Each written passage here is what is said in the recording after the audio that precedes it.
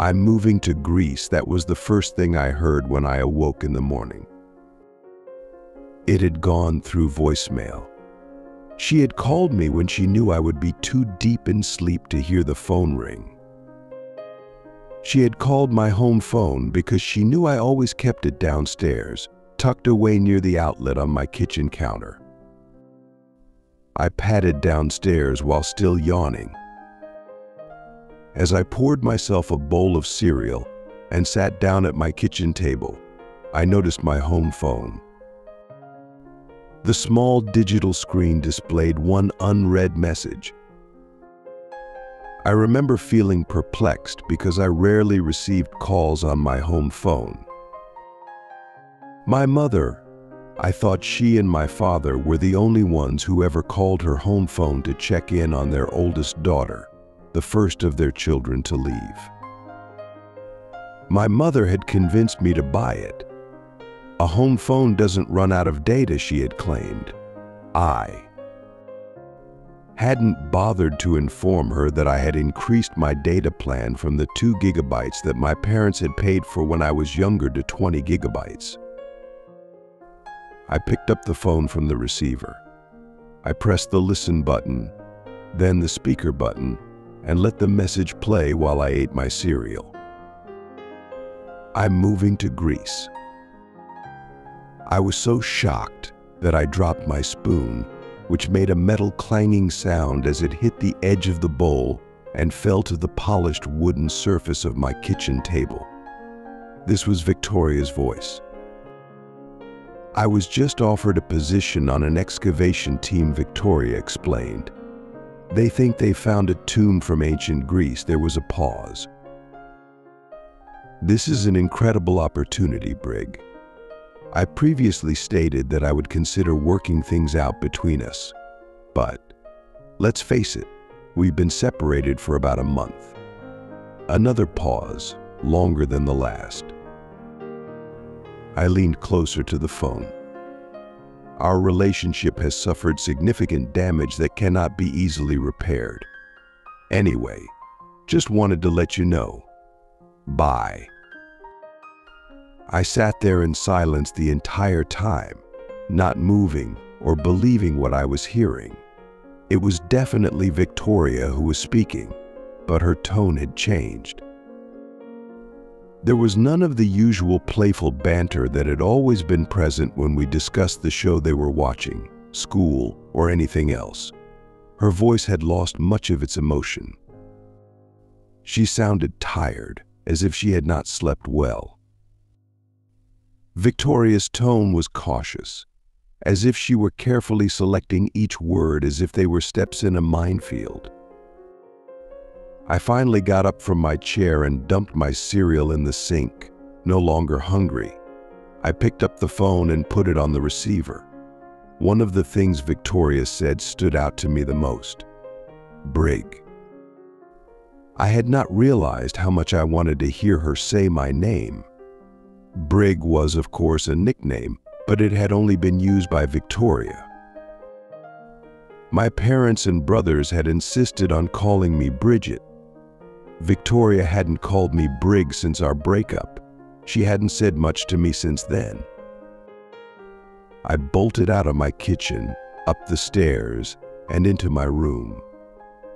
I quickly put on black jogging pants and a gray hoodie. As I ran back down the stairs to get my car keys, memories flooded my mind.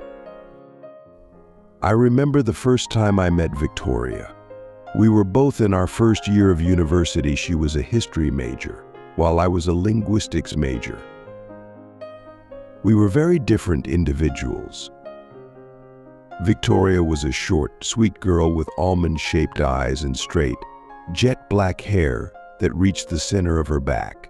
She wore cropped shirts that revealed her midriff and tight jeans that hugged the slight curve of her backside. I fell in love with her as soon as I saw her.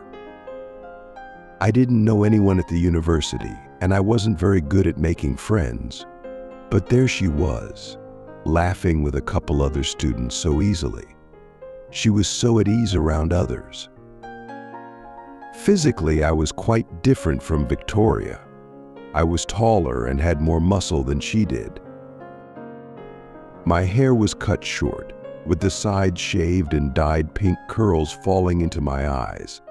I wore button-up shirts with sleeves rolled up to my elbows and chino pants.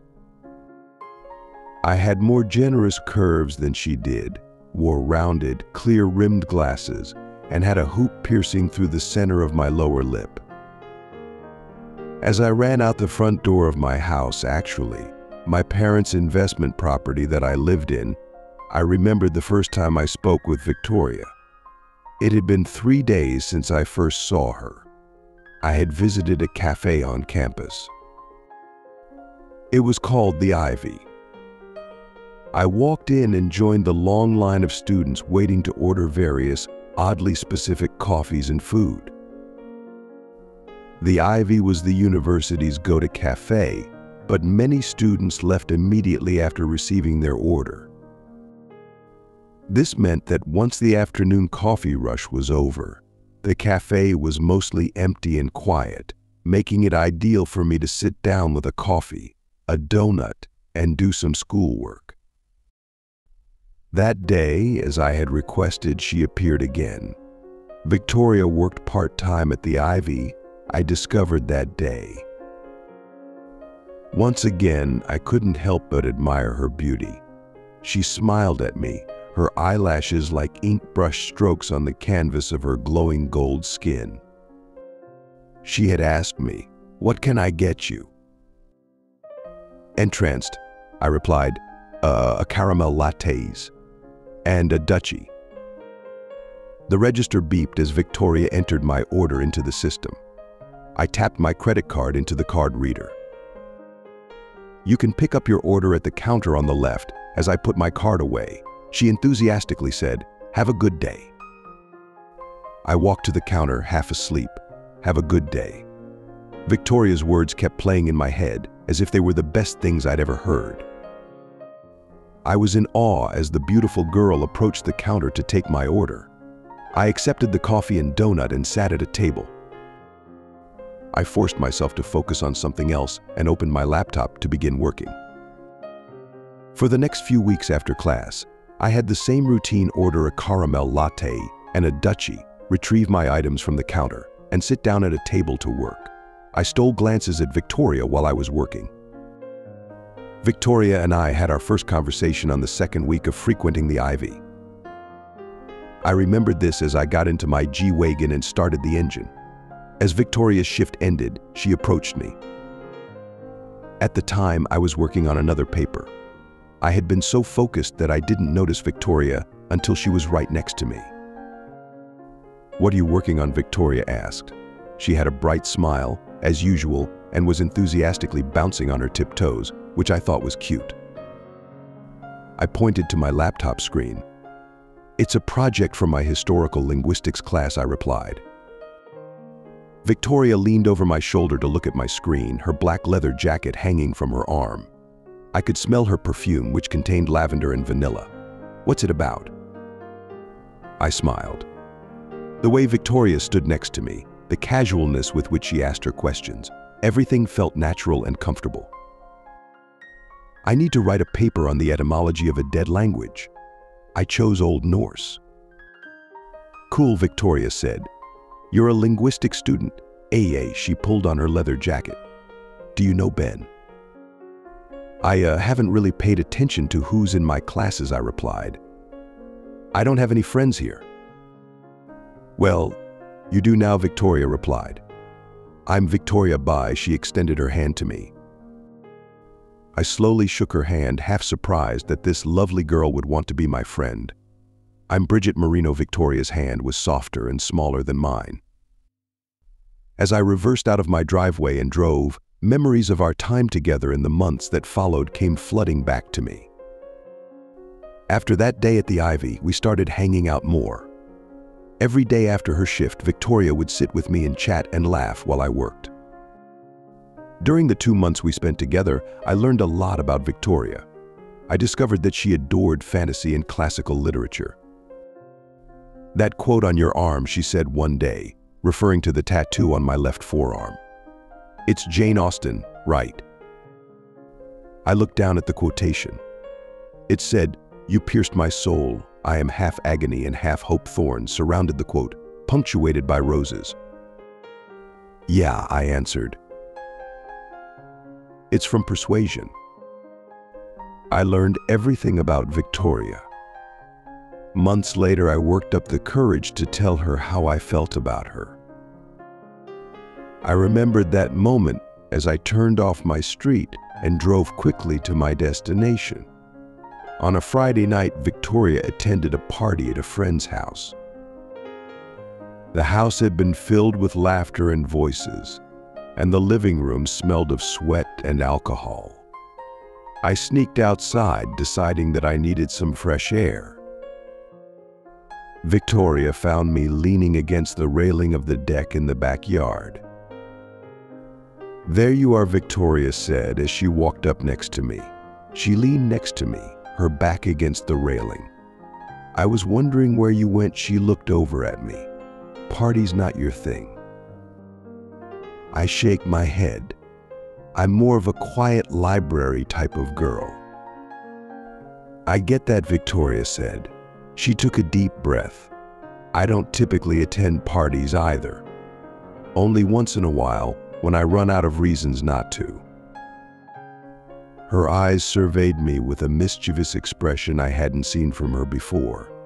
"It was you that I was hoping to spend more time with tonight." As she said those words, my heart skipped a beat. I wasn't even sure Victoria was attracted to girls until that moment. But the way she looked at me and caressed my arm, giving me goosebumps, told me she was just like me, that she felt for me. Silently, my breath shaky, I turned to face her. I gently dragged my hand along her thigh, up her waist, and across her midriff, hovering above her left breast, asking for permission to touch her with my eyes. Victoria nodded. After being granted permission, I couldn't hold back any longer. I kissed her firmly and passionately, my hand slipping up one of her signature cropped shirts. I remembered her sigh of pleasure as I continued driving, steadily increasing my speed. That night, we ended up in a bedroom laughing, kissing, and losing ourselves in each other until we were exhausted. Victoria asked me, "How did that feel?" as we lay in the bed in the spare bedroom. I responded with, "You pierce my soul." Victoria, bye. I curled a strand of her hair around my fingertip. "I feel at home with you. You're like a missing piece of my soul." Victoria kissed me again. "I know what you mean." We had spent many more nights like that, in my and her beds. After 3 days, we officially declared ourselves to be girlfriends. We had been dating for the duration of our 4-year undergraduate degrees. We had spent countless hours watching Netflix together, her head resting on my chest and my hand wrapped around her waist as we lay on the couch in my living room. She had broken me out of my shell and taught me to be more confident. I'd introduced her to my family, who warmly welcomed her. Tears welled up in my eyes as I arrived at my destination. Victoria's apartment. She moved there in their 2nd year of university.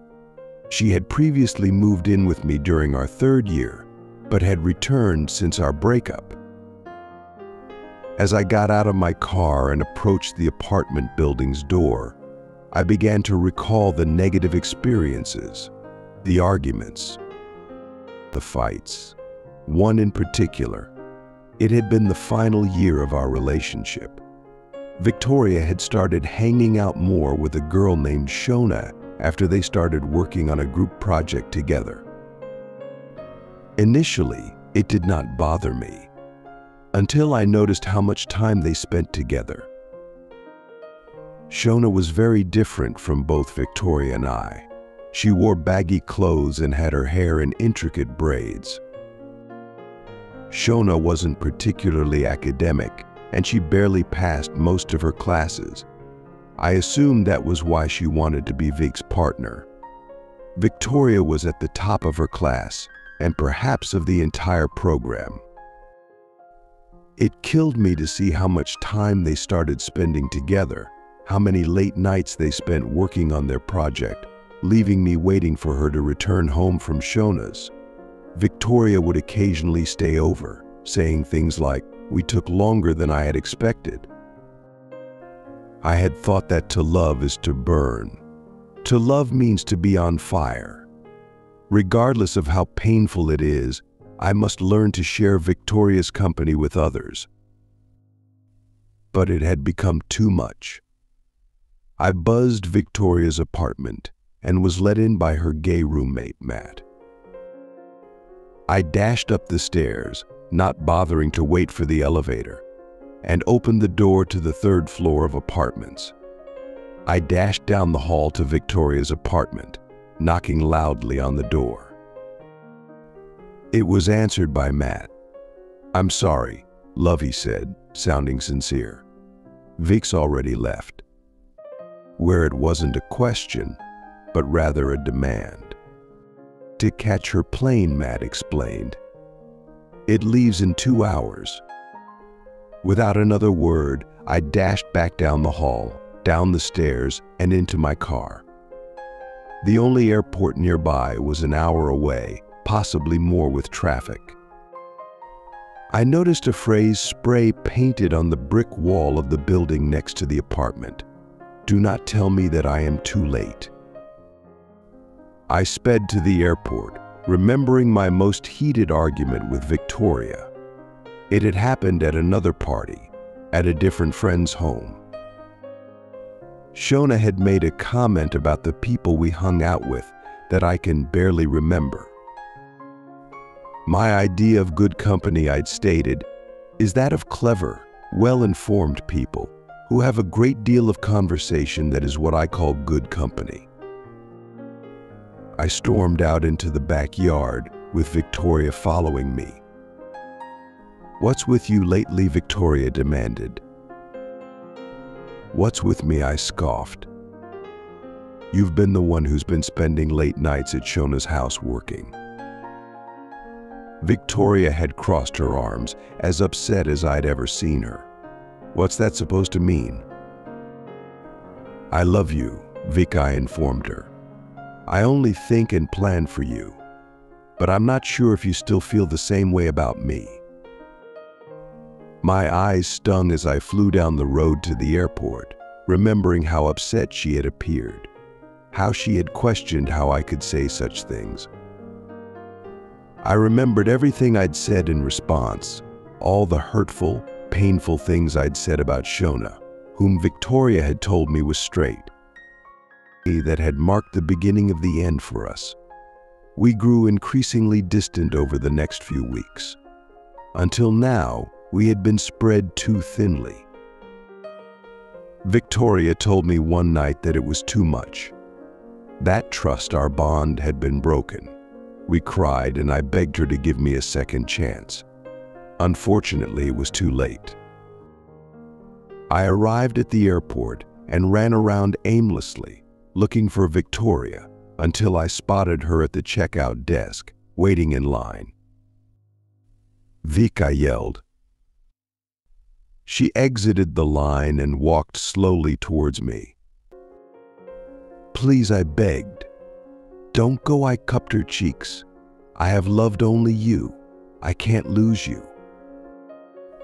Victoria gave me a sad smile before gently taking my hand. "I have to," is all she said. I knew she couldn't say much more without breaking down in tears. We hugged and held each other for a long time. "The excavation is going to last a year," Victoria finally said. "After that, I'm returning here," at least for a bit. A tear ran down her cheek. "It does not have to be goodbye. We can try to take baby steps toward repairing things when I return, if possible." She smiled again. "I don't want to lose you either." With that, I allowed her to return to the line, and it took all of my strength not to stop her. But I realized that, like Anne Elliot, I had allowed myself to be persuaded into ruining my romance. But like Anne and Wentworth, Victoria and I weren't done with each other. I replayed the words from my tattoo in my head. "You pierced my soul. I'm half in agony, half hopeful."